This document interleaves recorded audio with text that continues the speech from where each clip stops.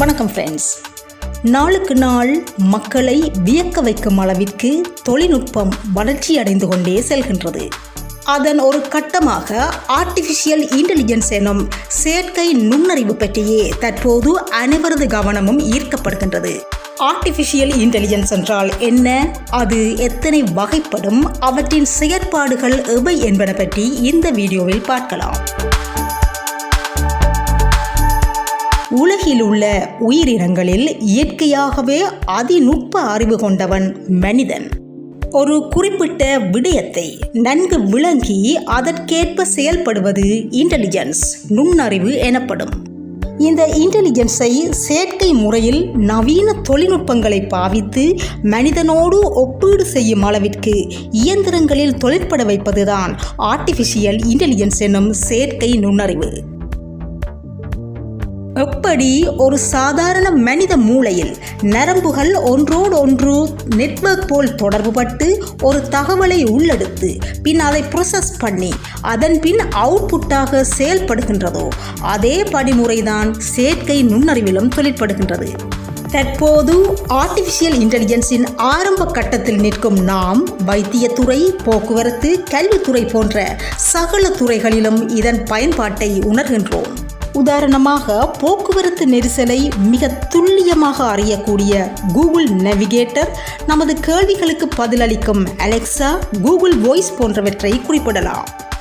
அண்மை காலமாக தீவிர வளர்ச்சி அடைந்துள்ள AI பொதுவாக 7 வகைப்படும். அவையாவன: முதலாவது நரோ AI அல்லது ஆர்டிஃபிஷியல் நரோ இன்டெலிஜென்ஸ்.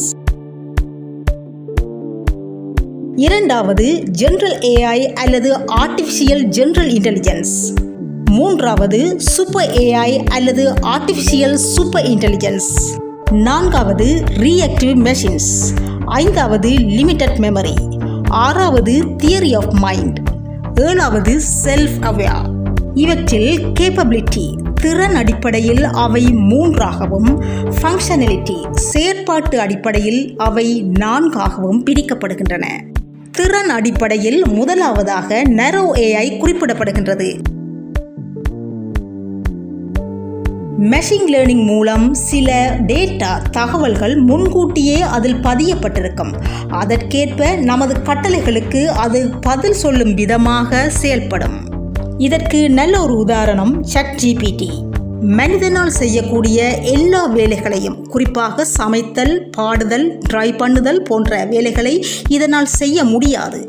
ஆகவே இதை வீக் AI அல்லது நரோ இன்டெலிஜென்ஸ் AI என அழைப்பார்கள். திறன் அடிப்படையில் இரண்டாவதாக உள்ளது ஆர்டிஃபிஷியல் ஜெனரல் இன்டெலிஜென்ஸ்.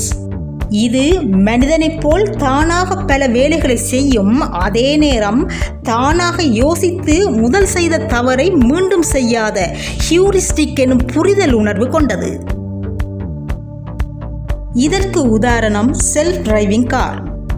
இந்த செல்ஃப் டிரைவிங் கார் முதல் தடவை ஒரு பாதையில் செல்லும் போது வழியில் ஸ்பீட் பிரேக்கை கடக்கும் போது கொஞ்சம் குலுங்கி டிரைவ் பண்ணும்.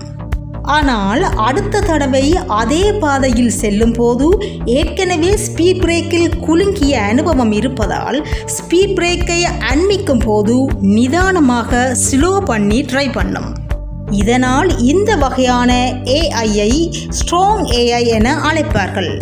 இன்னும் சில ஆண்டுகளில் இந்த வகையான AI அதிகமாக புழக்கத்தில் இருக்கும் என்று எதிர்வு கூறப்பட்டுள்ளது.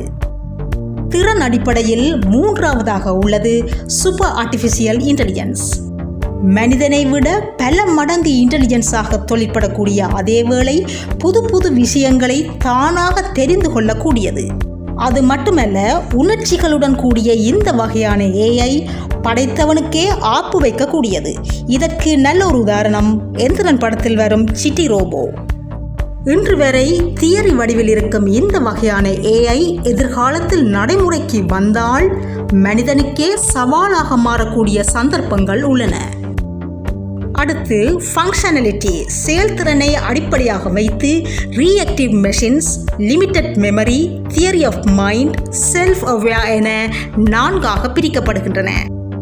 AI செயற்படுவதற்குரிய முக்கியமான மெஷின் லாங்குவேஜ் பைத்தன். இந்த மெஷின் லேர்னிங் மூலம் ஏற்கனவே பதியப்பட்ட அல்லது பயிற்றுவிக்கப்பட்ட தகவல்களுக்கு ஏற்றால் போல் சொன்னதை சொல்லும் கிளிப்பிள்ளை போல் சில குறிப்பிட்ட கட்டளைகளை மட்டும் செய்வது ரியாக்டிவ் மெஷின்ஸ். மேலதிகமாக தானாக யோசித்து எதையும் செய்வதற்கு மெமரி இல்லாதிருப்பதால் புதிதாக ஏதாவது பிரச்சனைகள் தோன்றினால் என்ன செய்வது என்று தெரியாமல் முழிக்கும் இந்த ரியாக்டிவ் மெஷின்ஸ். இதில் ஸ்டோர் பண்ணப்பட்டிருக்கும் மெஷின் லேர்னிங்கில் என்ன சொற்கள் பயன்படுத்தப்பட்டிருக்குமோ அதை மட்டும்தான் வெரிஃபை பண்ணும் இந்த ரியாக்டிவ் மெஷின்ஸ். செயல்திறன் அடிப்படையில் இரண்டாவது லிமிட்டட் மெமரி. இது ரியாக்டிவ் மெஷின்ஸை விட கொஞ்சம் அட்வான்ஸ் கூடியது.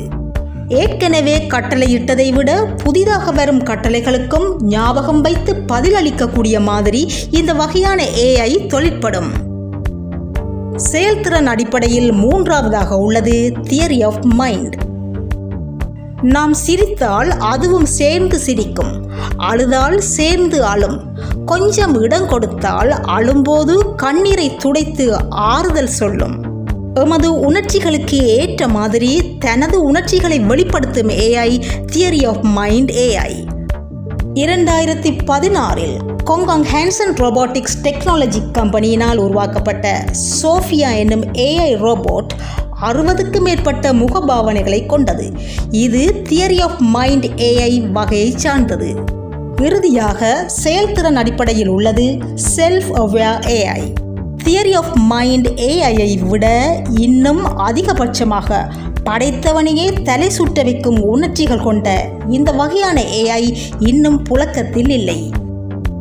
எதிர்காலத்தில் AI பாவித்து எவ்வளவுதான் நன்மைகளை மனிதன் அனுபவித்தாலும் AI எத்திக்ஸ் என்னும் AI நெறிமுறைகளுக்கு அப்பாற்பட்டு இதன் தொழில்நுட்ப வளர்ச்சி அதிகரிக்குமானால் மனிதன் பல்வேறு சவால்களை எதிர்கொள்ள வேண்டி வரும் என்றும் முன்னெச்சரிக்கை விடுக்கப்பட்டுள்ளது என்று கூறி மீண்டும் ஒரு பதிவில் சந்திக்கும் வரை நன்றி, வணக்கம்.